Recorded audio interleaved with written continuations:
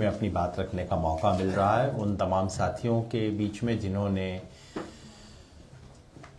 विपरीत स्थिति में इस देश के लोकतंत्र की रक्षा के लिए अथक प्रयास किया है। और आज पुनः हम एक ऐसे मोड़ पे हैं जहां लोकतंत्र बचाने के लिए एक बुनियादी संघर्ष की ज़रूरत है। और वो संघर्ष जो सत्ता में विराजमान हैं वो नहीं करेंगे, वो सत्ता के बाहर से ही आएगा वो संघर्ष। इसलिए इन साथियों के बीच में ये बात रखने का मौका मिल रहा है।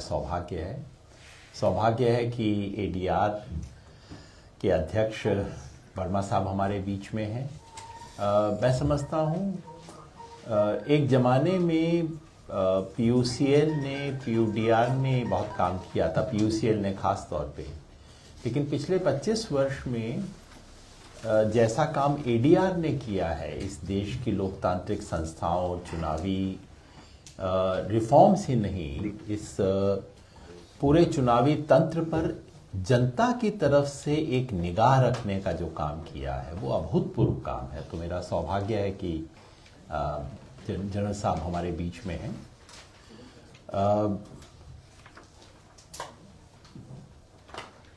क्षमा प्रार्थी इस बात के लिए हूं कि आज कोर्ट में केस चल रहा है एसआईआर वाला। जैसा मैं जनरल साहब को कह रहा था कि ऐसा नहीं है कि बहुत कुछ उम्मीद है, लेकिन एक रस्म है वो निभानी ही है।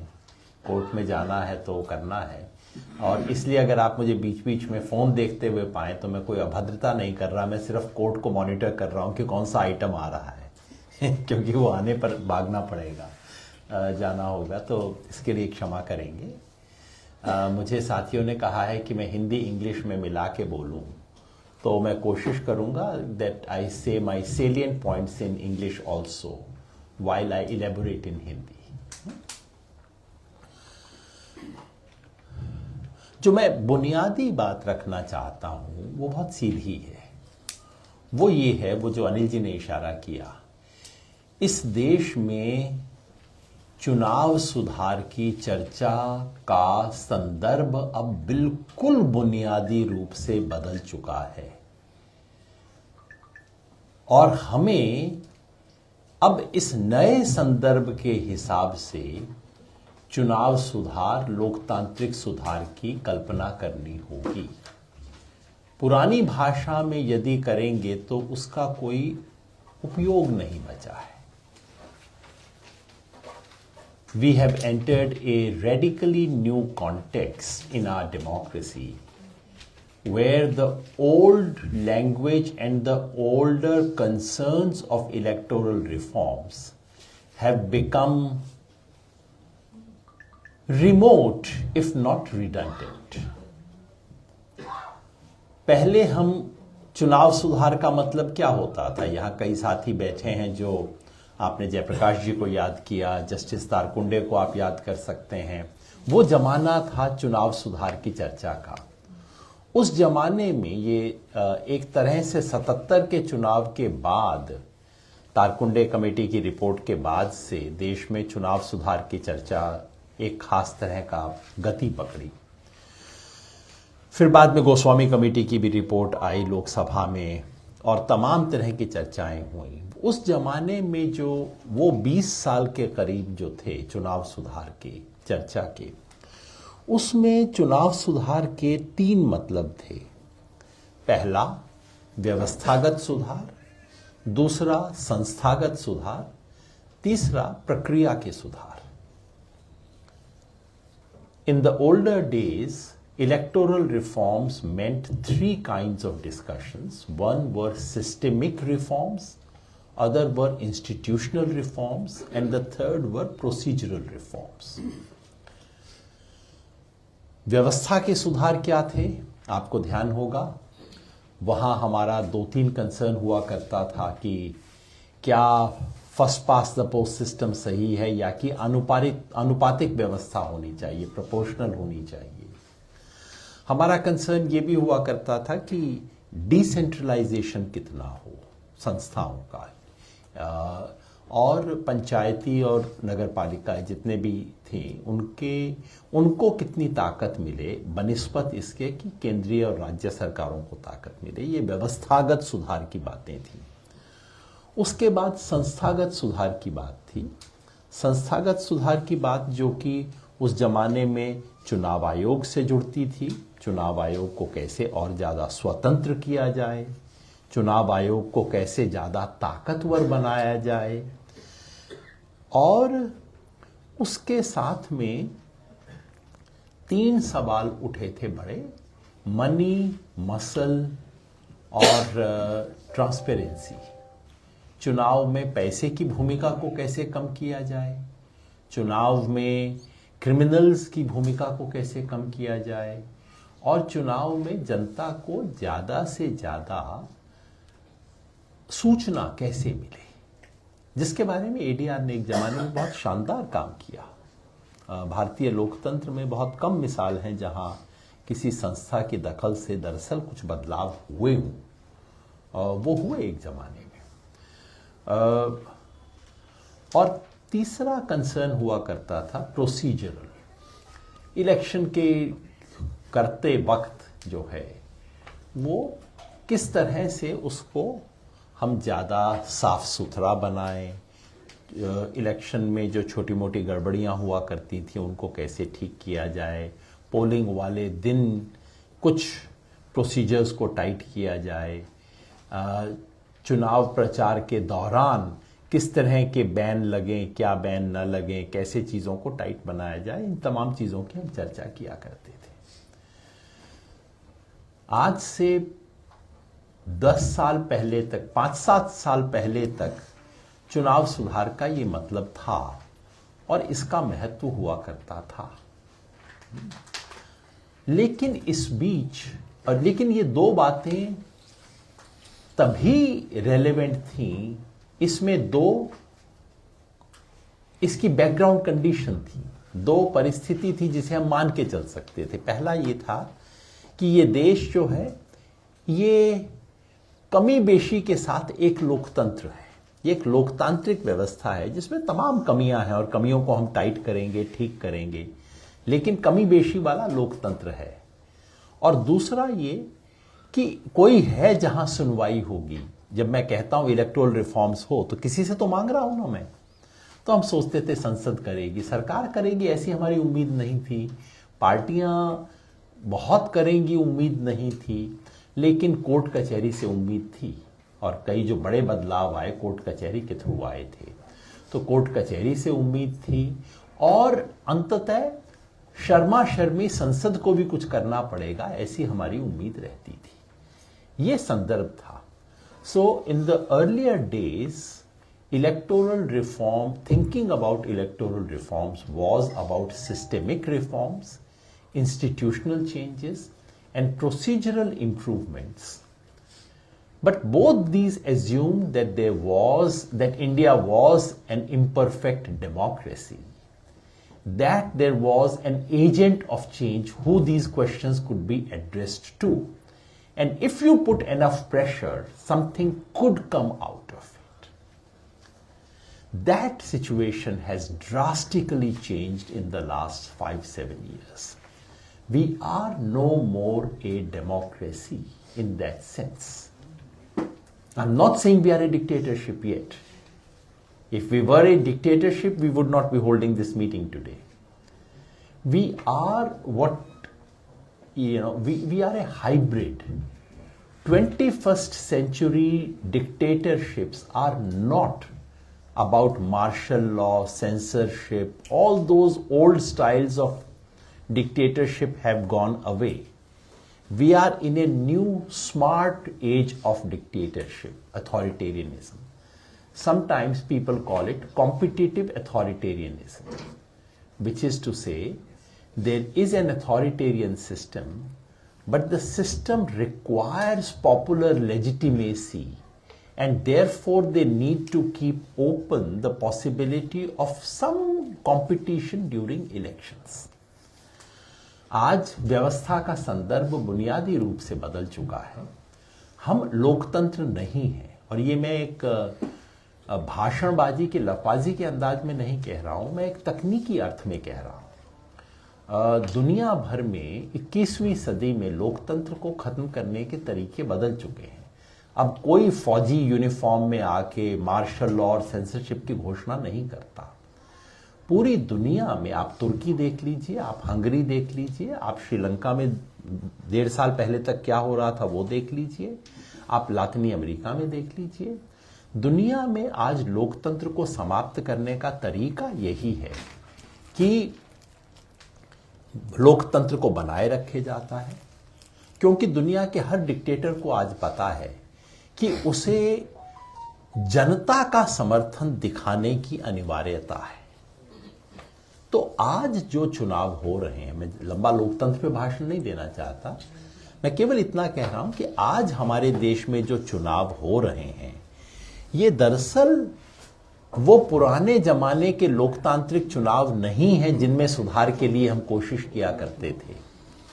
आज ये एक नॉन डेमोक्रेटिक रिजीम के लिए अपनी लेजिटिमेसी बनाए रखने के लिए की जाने वाली एक रस्म है, जो कि हर चौथे पांचवें साल करना उनके लिए जरूरी है। क्योंकि सिर्फ मोदी जी को ही नहीं, तुर्की में एर्दोगान को, हंगरी में ओबामा को, सबको जरूरत है कि हर साल 2 साल में ये दिखा सकें कि देखिए जनता मेरे साथ है। और वो दिखाने का तरीका है कि चुनाव किए जाएं, जिस चुनाव में ये गलतफहमी, खुशफहमी बनी रहे कि वोट जनता दे रही है। क्योंकि जिस दिन ये खत्म हो गया फिर चुनाव का कोई मतलब, फिर चुनाव की उपयोगिता डिक्टेटर के लिए समाप्त हो जाती है, जब हर व्यक्ति को पता लग जाता है कि ये चुनाव तो बिल्कुल बोगस है। तो इसलिए इतनी भर खिड़की या रोशनदान, कमरा बंद है, एक छोटा सा रोशनदान खोल के रखा जाता है, जिस रोशनदान के जरिए आप ये कह सकें कि देखिए चुनाव हो रहे हैं, देखिए जनता वोट दे रही है, जनता हमारे साथ है, आप क्यों ज्यादा चिल्ला रहे हो। इस वक्त ये है, तो मतलब बिल्कुल एक नया संदर्भ है अब। इसलिए ऐसे में चुनाव सुधार की चर्चा का मतलब क्या है? उसका मतलब है इस देश में, जैसा भाई साहब ने भी जिक्र किया था, इस देश में लोकतांत्रिक व्यवस्था को बचाने के लिए संघर्ष करना। मैं नहीं कह रहा हूं कि इसलिए चुनाव सुधार का काम हमें छोड़ देना चाहिए, बिल्कुल नहीं छोड़ देना चाहिए। एक नया संदर्भ है, उस संदर्भ में हमें पुनः परिभाषित करना होगा चुनाव सुधार के काम को। और वो 3 तरह की चुनौतियां आज जो हैं वो हैं, वापस उसी पे जाएं जो मैंने कहा था, व्यवस्थागत चुनौती, संस्थागत चुनौती और प्रक्रियागत चुनौती। तीनों का संदर्भ बदल चुका है। जो व्यवस्थागत चुनौती है, आज व्यवस्थागत चुनौती में अनुपातिक व्यवस्था और इस सब की बात करने में, मतलब मैं 1 मिनट से फालतू लगा नहीं पाता हूं। वो चंद्रभूषण चौधरी जी का मैसेज आता रहता है, मैं हर बार पढ़ लेता हूं। जबकि एक जमाने में आप ही बहुत लगाते थे। जी जी जी, सब इन चीजों पे हम काम करते थे। डेमोक्रेसी पर आपने कितना लिखा जी, लेकिन आज उसका कोई संदर्भ नहीं बचा है ना। आज व्यवस्थागत परिवर्तन का मतलब है इस देश के संवैधानिक लोकतंत्र की रक्षा। वो व्यवस्था है, उसके लिए जो लड़ाई है वो हमें स्पेस देगी कि हम लोकतंत्र, चुनाव सुधार इत्यादि की बात कर सकें। हमारे पांव के नीचे से जमीन चली जा रही, जिस दरी पे खड़े हैं वो दरी खींच ली है, तो पहले तो वो उसकी बात करेंगे ना हम। तो व्यवस्थागत संदर्भ है चुनाव की, ये जो लोकतांत्रिक व्यवस्था। और मैं तो कहता हूं कि हमारे देश में खाली लोकतंत्र समाप्त नहीं हो रहा है, गणतंत्र समाप्त हो रहा है। इस पे कभी बाद में मैं कहूंगा गणतंत्र लोकतंत्र में क्या अंतर है। हमारे देश की बुनियाद खत्म हो रही है इस वक्त। तो उस हमले का मुकाबला करना व्यवस्थागत सवाल है आज की तारीख में। संस्थागत सवाल जो है वो ये है कि आज 3 बड़े प्रयास किए जा रहे हैं चुनावी लोकतंत्र के संस्थागत ढांचे को इस तरह से बदलने के कि वो परमानेंटली रूलिंग पार्टी के फेवर में हो जाएगा। और उनकी लड़ाई करना आज सबसे जरूरी है। वो 3 चीजें क्या हैं? वो हैं one nation one election, delimitation और SIR। ये 3 चीजें मिला के, आज बहुत विस्तार में बात करने का समय नहीं है, लेकिन ये तीनों मिला के लोकतंत्र के देश, काल और पात्र, इन तीनों को परमानेंटली बदलने का तरीका है।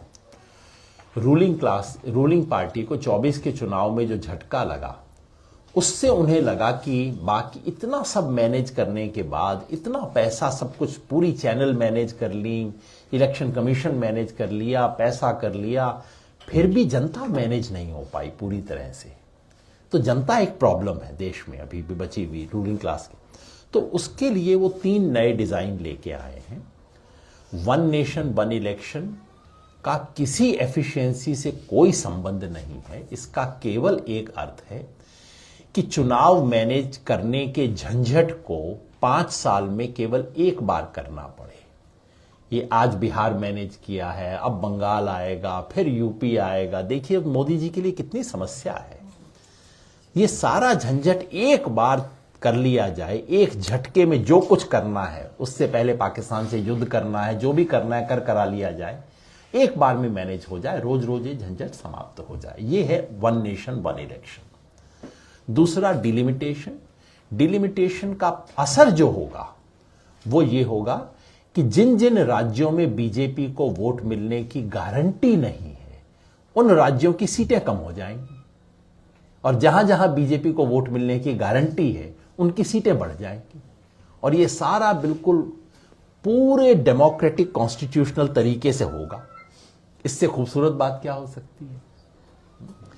तीसरा SIR। SIR का मूल उद्देश्य ये है कि इस देश में जो सबसे निचला तबका है, उसके वोट कुछ कम हो जाएं, क्योंकि सबसे निचले तबके के वोट जो हैं वो रूलिंग पार्टी को मिलने की गारंटी नहीं है। और दूसरा, जहां जिसके वोट काटना चाहें, उसका एक औजार हाथ में आ जाए। ये SIR मूलतः काम कर रहा है। 2 काम है, स्ट्रक्चरल एक्सक्लूजन और टारगेटेड एक्सक्लूजन।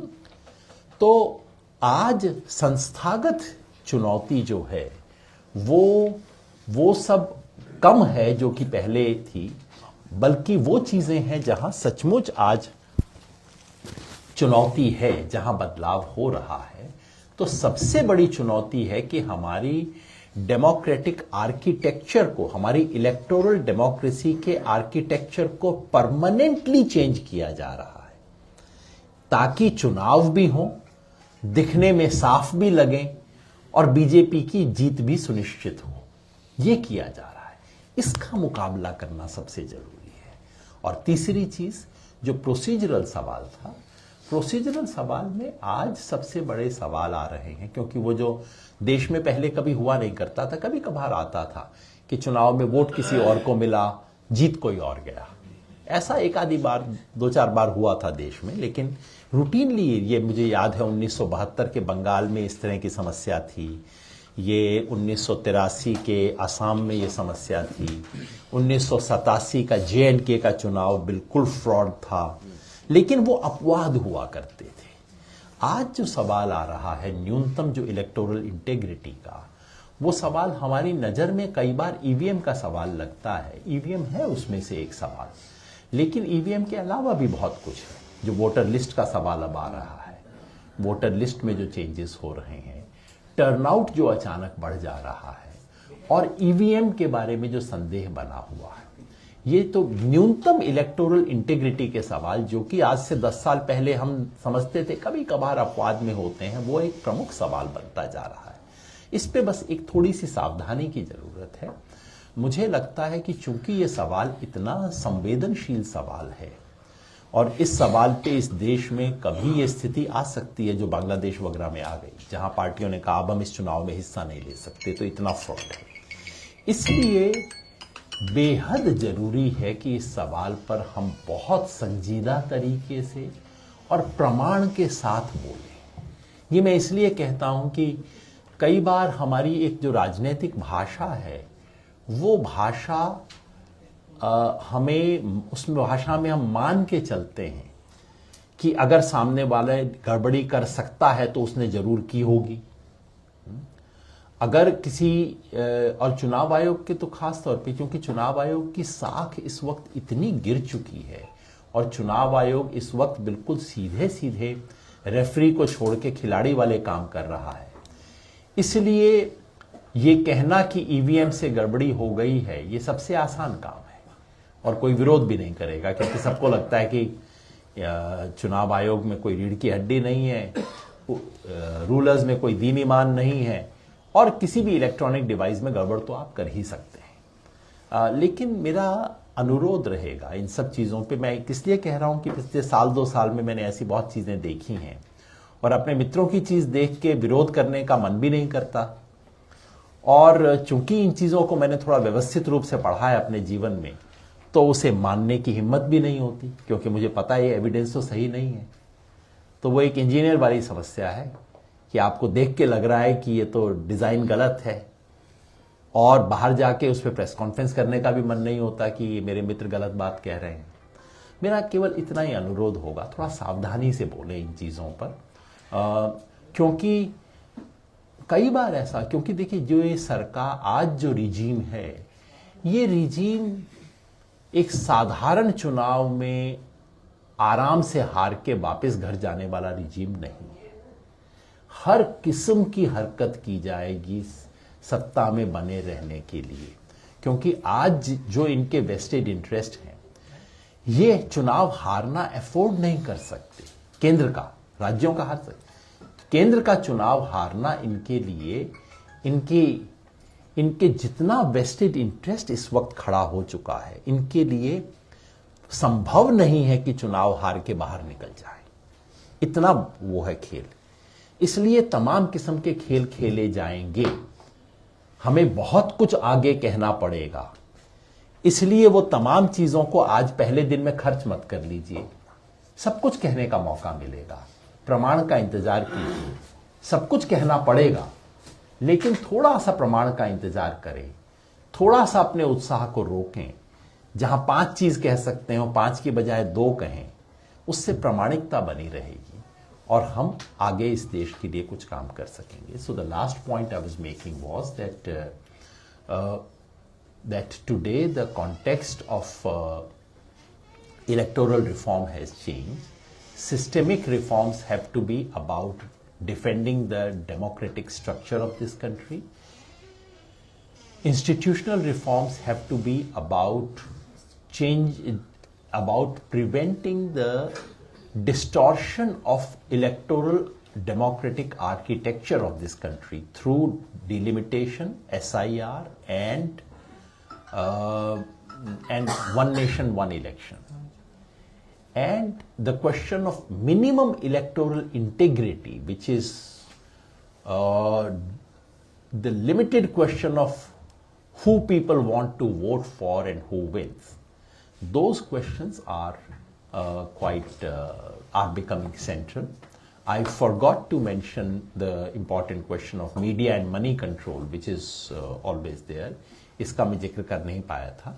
तो देखिए, पहले था कि एक इम्परफेक्ट डेमोक्रेसी को हमें रिफॉर्म करना है, आज डेमोक्रेसी को डिफॉर्म किया जा रहा है। डिफॉर्म को रोकना सबसे बड़ी चैलेंज है आज, और हम अपना फोकस उस पर करें।